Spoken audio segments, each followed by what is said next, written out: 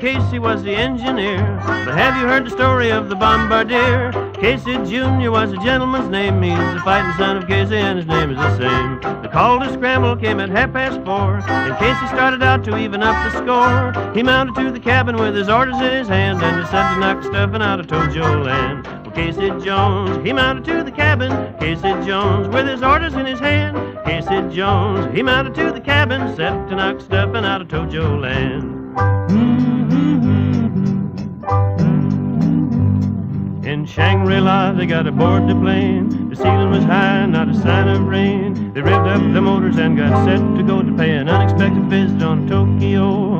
In climbed Casey, he's the bombardier. Doolittle read the orders and they gave a cheer. For land a baron hanging in the bays below were some mighty pretty calling cars for Tokyo. They flew and they flew across the deep blue sky, with everyone among them there to do or die. And let me tell you people, the feeling was grand when they sighted up the targets over Tojo Land. Now all of the sounds they ever heard that day, the sweetest one of all was bombs away. They strafed them in the harbor, the streets and in the square, and then they headed for a landing down you know where. Well, Casey Jones was working for the nation. Casey Jones with his orders in his hand. Casey Jones was working for the nation, and he sent those monkeys to the promised land.